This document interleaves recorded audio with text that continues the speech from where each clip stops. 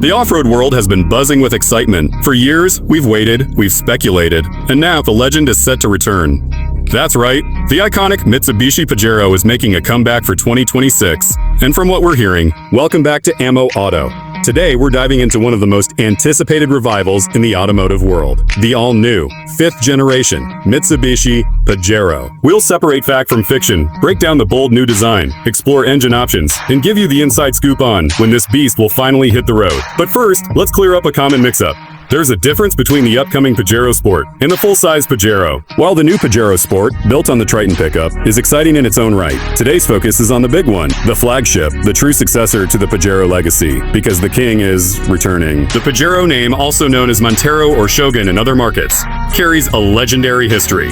From conquering the toughest terrains to dominating the grueling Dakar Rally, this SUV has always been about power and endurance. When production ended in 2021, many thought it was gone, but Mitsubishi has other plans, and the new Pajero is back with a bold statement. From leaked renders and spy shots, the design looks rugged yet sophisticated. The front end evolves Mitsubishi's dynamic shielded design with a more squared-off, aggressive look.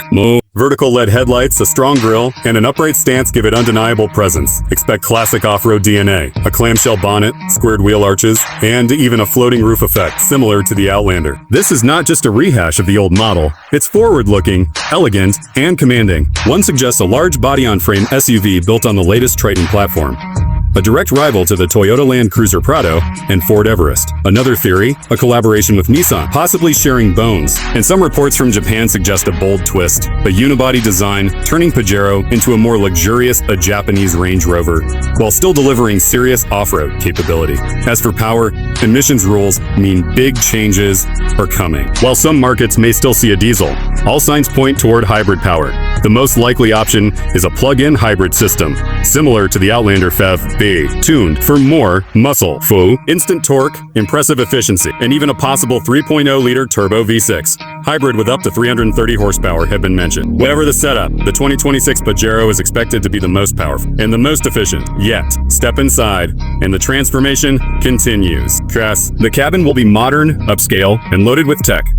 Think a 12.3-inch digital cluster, a matching infotainment screen, wireless Apple CarPlay and Android Auto, plus premium materials throughout.